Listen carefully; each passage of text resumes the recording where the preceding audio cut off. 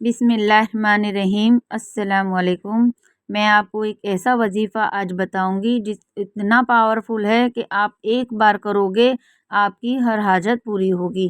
تو سنیے آپ کو کرنا کیا ہے۔ قرآن پاک کو سر پر رکھ کر یہ پڑھنا ہے۔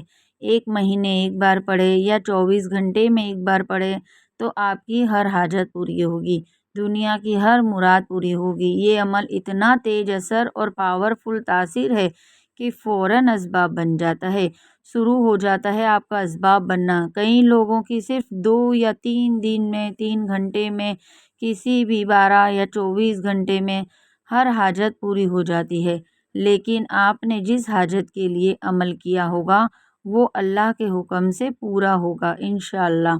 تو یہ عمل آپ کو صرف ایک دن میں، شب جمعہ کی رات میں، عشاء کی نماز کے بعد پوری رات میں کبھی بھی کر سکتے ہیں۔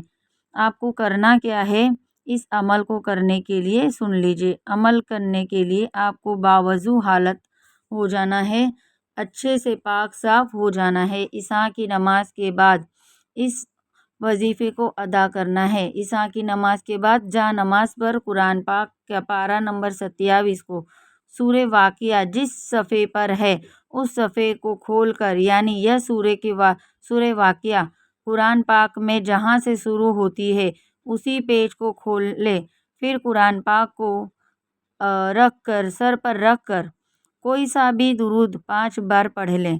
پھر سورہ قدر یعنی انا انزلنا یہ سورہ کو بسم اللہ الرحمن الرحیم کے ساتھ 7 مرتبہ پڑھ لیں۔